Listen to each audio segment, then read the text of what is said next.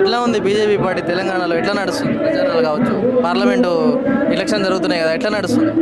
ఈ 70 ఏళ్ల కాలంలో మొట్టమొదటిసారి తెలంగాణ ప్రాంతంలో అద్భుతమైన ఫలితాలతో మెజారిటీ స్థానాలు సాధించి తెలంగాణ భవిష్యత్తు భారతీయ జనతా పార్టీ అని రాబోయే ఎన్నికలు రుజువు చేయబోతున్నాయి.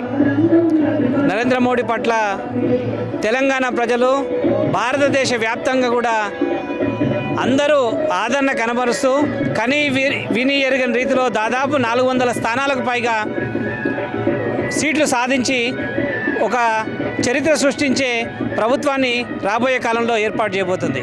దేశంలో నరేంద్ర మోడీ గెలవలేనని మాట్లాడుతున్నారు కదా, అది జనాల్లోకి వెళ్ళే నాయకులు టీవీల ముందు కూర్చొని ఏదో కమ్యూనిస్టు కాంగ్రెస్ నాయకులు మాట్లాడే మాటలు.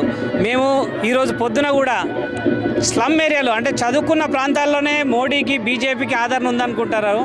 ఈరోజు మేము చాలా స్లమ్ ఏరియాలు నిరుపేదలు గుడిసెలు ఉండే ప్రాంతాలకు వెళ్తే ఒకటే చెప్తున్నారు, ఈరోజు మేము ఈ బియ్యం తింటున్నామంటే నరేంద్ర మోడీ గారు ఇచ్చింది.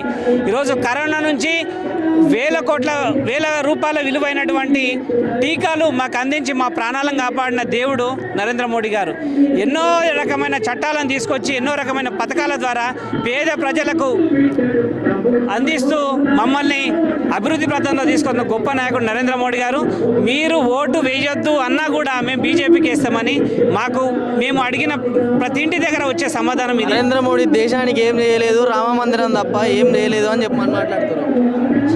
ఈరోజు దేశంలో తీవ్రవాదానికి కారణంగా కొన్ని లక్షల కోట్ల రూపాయలు ఖర్చు పెట్టిన 370 ఆర్టికల్ను నరేంద్ర మోడీ గారు తీసేశారు. సమానత్వం కోసం మహిళలకు 33% రిజర్వేషన్ కల్పించారు. ఈరోజు అంత్యోదయ భాగంగా కరోనా నుంచి దాదాపు 5 సంవత్సరాల కాలంలో అందరికీ ఉచిత రేషన్ దాదాపు 80,000 కోట్ల రూపాయల ఖర్చుతో ఉచిత రేషన్ అందిస్తున్నాడు. విశ్వకర్మ యోజన, తర్వాత సురక్ష బీమా, ఇలా స్కిల్ ఇండియా పేరుతో ఈరోజు ఒకప్పుడు భారతదేశం అంటే పక్క దేశం నుంచి మ్యానుఫ్యాక్చర్ చేసిన వస్తువులు తీసుకొచ్చి మనం కొనేవాళ్ళం. కానీ ఇక్కడ ఇండియాలో తయారైన వస్తువులు విదేశాలకు ఎగుమతి చేస్తున్నాం. ఒకప్పుడు అమెరికాకో రష్యాకో భయపడేవాళ్ళం. ఈరోజు అమెరికా అధ్యక్షుని భుజం తట్టి మాట్లాడే గొప్ప శక్తి ఈరోజు భారతదేశాన్ని యొక్క ప్రధానమంత్రికి వచ్చిందంటే అంటే కేవలం నరేంద్ర మోడీ కారణంగానే. తెలంగాణలో బీజేపీ క్యాడరే లేదు, అసలు బీజేపీ పార్టీ పార్లమెంట్లో ఎలా గెలుస్తుందని మాట్లాడుతున్నారు. బీజేపీకి మీరు అన్నట్టే బీజేపీకి మిగతా పార్టీలతో పోల్చుకుంటే తక్కువ క్యాడరే ఉంది. కానీ ఒక భారతీయ జనతా పార్టీ కార్యకర్తలు నిక్కచ్చిగా 100 మంది టీఆర్ఎస్ 100 మంది కాంగ్రెస్ కార్యకర్తలతో సమానం. ఎందుకంటే మేము దాదాపు 34 ఏళ్ళ నుంచి ఇదే జెండా నమ్ముకొని ఉన్నాం. ఎందుకంటే మిగతా పార్టీల వాడు ఎవడు అధికారం వస్తే ఆ పార్టీలకు మారుతున్నారు. అంటే అంగీలు మార్చినంత ఈజీగా కండువలు మార్చే నాయకులు వేరే దానికున్నారు. సిద్ధాంతం కోసం ప్రజల కోసం పనిచేసే నాయకులు ఉన్నాం కాబట్టి మా బలం ఎంత ఉందో, మా కార్యకర్తల బలం ఎంతో అంతకు 10 రెట్ల ఓటింగు ప్రజల ఆదరణ ఈరోజు మాకు కనబడుతుంది. మత రాజకీయాలు చేస్తుందని మాట్లాడుతున్నారు కదా బీజేపీ పార్టీ. ఈరోజు మత రాజకీయాలకు మారుతున్నారు. ఈరోజు దేశంలో ఉన్న మెజారిటీ ప్రజల యొక్క మనోభావాలు గౌరవించని పార్టీలు ఈరోజు కాంగ్రెస్ కమ్యూనిస్టు పార్టీలు. ఇఫ్తార్ విందుల పేరుతో కేవలం ఒక వర్గానికి చేస్తున్నారు. కానీ ఈరోజు కోట్లాది మంది ఆరాధ్య దైవమైన ఇక్కడ పుట్టిన రామునికి గుడి కట్టడం కోసం కూడా అడ్డుకున్న చరిత్ర ఈరోజు కాంగ్రెస్ కమ్యూనిస్టుది.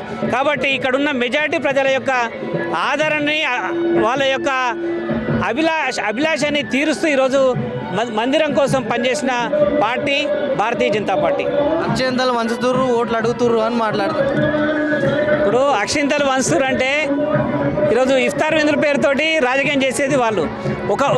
మనము ప్రజల యొక్క మనోభావాలు, ప్రజల యొక్క ఆలోచనలు గౌరవించాల్సిన బాధ్యత ప్రతి ఒక్కరికి ఉంటుంది. ఈరోజు అక్షింతలు వంచింది భారతీయ జనతా పార్టీ కాదు.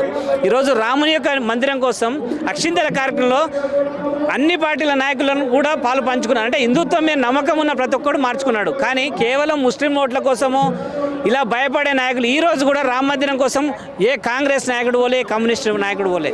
కానీ అదే ముస్లింల కార్యక్రమాలు ఉంటే మాత్రం ముస్లింల ఓట్ల కోసం ఎగబడి వెళ్ళే నాయకులు ఎవరు సెక్యులరిస్టులు ఒకసారి ప్రజలందరూ గమనించాలి. తెలంగాణలో ఎన్ని సీట్లు రావచ్చు అనుకుంటున్నావు బీజేపీ పార్టీ? తెలంగాణలో గత అసెంబ్లీ ఎన్నికల్లో 1 సీటు గెలిచిన భారతీయ జనతా పార్టీ దాదాపు 4 సీట్లు సాధించి 2వ స్థానంలో ఉంది. ఈరోజు విని ఎరగని రీతిలో 17 స్థానాల్లో దాదాపు 12 నుంచి 14 స్థానాలు ఈరోజు భారతీయ జనతా పార్టీ గెలుచుకోబోతుంది.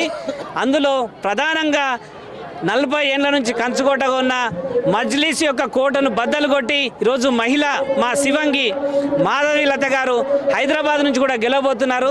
చుట్టుపక్కల ఉన్న మెజార్టీ మల్కాజ్గిరి, మేడ్చల్, సికింద్రాబాద్, మన మెదక్, భువనగిరి, దీంతో పాటు మహబూబ్నగర్, ఇట్లా దాదాపు ఉత్తర తెలంగాణ కంప్లీట్ స్వీప్ అవుతుంది. 12 నుంచి 14 సీట్లు భారతీయ జనతా పార్టీ గెలుచుకోబోతుంది.